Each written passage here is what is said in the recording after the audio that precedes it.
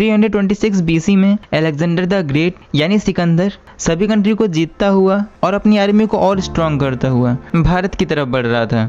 और इंडिया उस टाइम में बहुत ही छोटे छोटे राज्यों में बटा था जिसमें कोई भी यूनिटी नहीं थी। चाणक्य को बहुत अच्छे से पता था कि अगर ऐसे टाइम में सिकंदर भारत पे अटैक करता है तो उसे कोई ज़्यादा मुश्किल नहीं होगी भारत को जीतने में। इसलिए भारत को एकजुट करने के लिए मगध के राजा धनानंद के पास जाते हैं, क्योंकि मगध उस टाइम में सबसे बड़ा और ताकतवर राज्य था। और वो धनानंद से बताते हैं कि वो कैसे सिकंदर को हरा सकता है। धनानंद उनकी बात फॉलो करना तो दूर, उनकी बात सुनता तक नहीं है और उन्हें ठोकर मार के नीचे गिरा देता है, जिस पे चाणक्य कसम खाते हैं कि वो अपनी शिखा तब तक नहीं बांधेंगे जब तक वो पूरी नंदा डायनेस्टी को खत्म करके उसकी जगह पे एक अच्छा राजा नहीं बना देते। फिर वो अपने इसी सपने को लेकर एक अच्छे इंसान को ढूंढने लगते हैं जिसे वो राजा बना पाए। और वो ढूंढते ढूंढते एक दिन हिमालय के पीपली वन में जाते हैं, जहाँ कुछ बच्चे राजा और प्रजा का गेम खेल रहे थे, जिसमें चंदू नाम का बच्चा राजा का रोल कर रहा था। चाणक्य समुद्र शास्त्र के एक्सपर्ट थे, यानी वो किसी को भी देखकर उसकी पहचान कर लेते थे। इसलिए उन्हें देखते ही पता चल गया था कि इस बच्चे में एक अच्छा राजा बनने की सभी क्वालिटी हैं। बट फिर भी वो इस बात को कंफर्म करने के लिए चंद्रगुप्त के कुछ टेस्ट लेते हैं,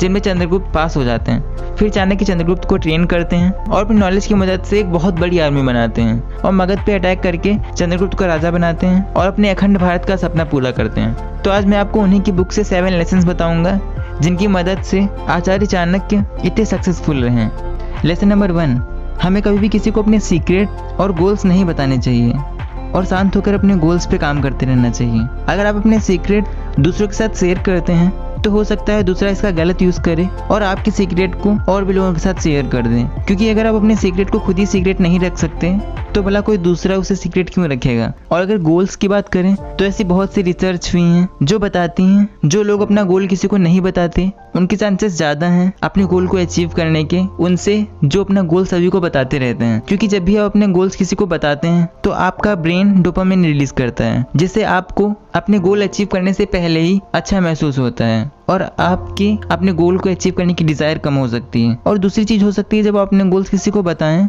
तो आपका मजाक उड़ाए और आपसे बोले कि आप उन्हें कभी भी अचीव नहीं कर पाएंगे, जिससे हो सकता है आप उनकी कुछ नेगेटिव बातों को सच मानने और अपने गोल्स अचीव ना कर पाएं। इसलिए हमें अपने गोल्स कम से कम लोगों को शेयर करना चाहिए और उन पे काम करते रहना चाहिए।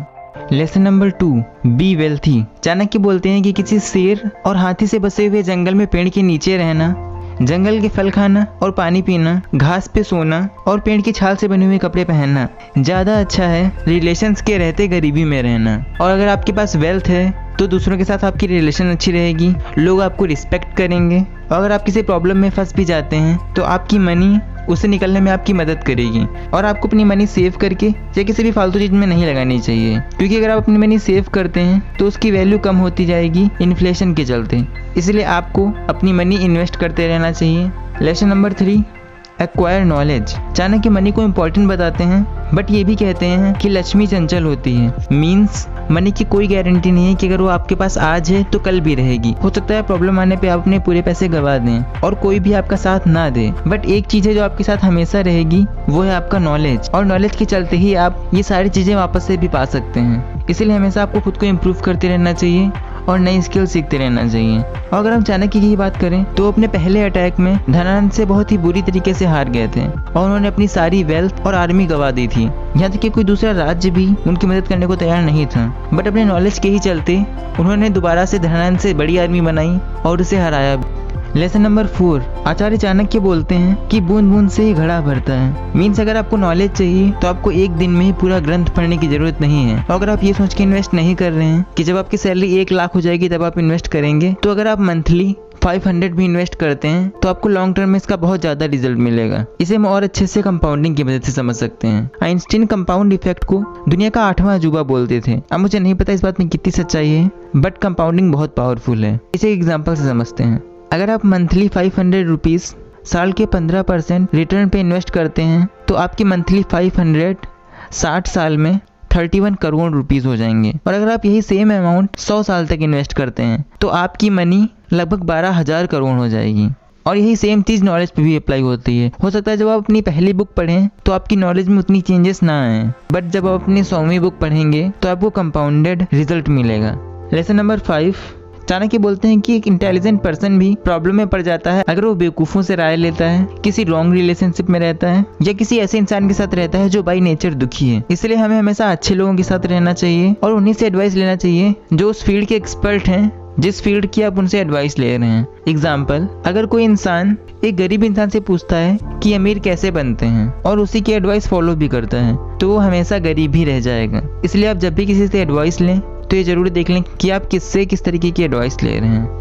Lesson number 6, avoid extremes. Chanakya बोलते हैं कि ज्यादा सुंदरता सीता के हरण का रीजन बनी और ज्यादा ईगो रावण की मौत का रीजन बना और बहुत ज्यादा दान करने की वजह से ही राजा बलि प्रॉब्लम में फंसे। इसलिए आपको हमेशा किसी भी चीज की एक्सट्रीम को अवॉइड करना चाहिए। एग्जाम्पल, कुछ लोग पैसे को बहुत ज्यादा इंपॉर्टेंस देते हैं जिसकी वजह से वो अपनी हेल्थ और रिलेशंस खराब कर लेते हैं, और दूसरी तरफ कुछ लोग पैसे को बिल्कुल भी इंपॉर्टेंट नहीं समझते और पूरी जिंदगी गरीब रहते हैं, और ये दोनों ही कंडीशन सही नहीं है। Lesson number 7, get out of the comfort zone. Chanakya बोलते हैं कि जिसे नॉलेज और सक्सेस चाहिए हो उसे कंफर्ट जोन छोड़ देना चाहिए, और जो कंफर्टेबल रहना चाहता हो उसे नॉलेज या डिफरेंट रिजल्ट्स पाने की इच्छा छोड़ देनी चाहिए। तो मैंने आपको ये कुछ लेसन्स बताए बुक चाणक्य नीति से। अगर आपको और भी लेसन सीखने हैं तो आप इस बुक को पढ़ सकते हैं। अगर आपको ये बुक खरीदनी है तो डिस्क्रिप्शन से ले सकते हैं। तो आज के लिए बस इतना ही। Thanks for watching.